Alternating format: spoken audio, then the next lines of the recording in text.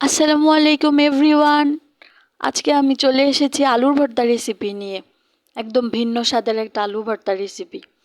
তো এর জন্য আমি কিছু আলু আগে থেকে সিদ্ধ করে মাখো মাখো করে নিয়েছি এবং বেশ খানিকটা পেঁয়াজ কুচি করে নিয়েছি। শুকনা মরিচের ফাঁকি নিয়ে নিয়েছি এবং কাঁচা মরিচ ফালি করে কেটে নিয়েছি। তো একটি কড়াইতে তেল গরম করে আমরা এখানে পেঁয়াজ কুচিগুলো দিয়ে দিব।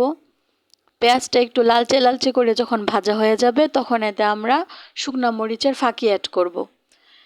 একটু বেশি করে শুকনা মরিচের ফাঁকি অ্যাড করবেন, এতে খেতে খুব মজা লাগবে। এরপরে আমরা দিয়ে দিব স্বাদ মতো লবণ। যখন এটা একটু ভাজা ভাজা হয়ে যাবে তখন আমরা আলুগুলা এখানে আগে থেকে মেখে রাখা আলুগুলা এখানে অ্যাড করব। অনেকেই অনেক রকমভাবে আলুর ভর্তা খেয়ে দেখেছেন, কিন্তু এই রকমভাবে একবার আলু ভর্তা বানিয়ে দেখবেন, খেতে কত মজা।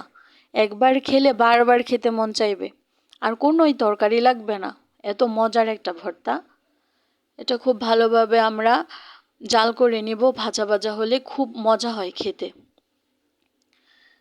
আমার খুব পছন্দের একটি ভর্তা। এভাবে আলুর ভর্তা বানালে এক প্লেট ভাত খুব নিমিষেই শেষ হয়ে যায়। মনে হচ্ছে আমাদের ভর্তাটা হয়ে গিয়েছে। এই পর্যায়ে আমরা কাঁচামরিচের ফালিগুলো অ্যাড করব। এতে খুব সুন্দর একটা ঘ্রাণ আসবে এবং দেখতেও খুব লোভনীয় মনে হবে।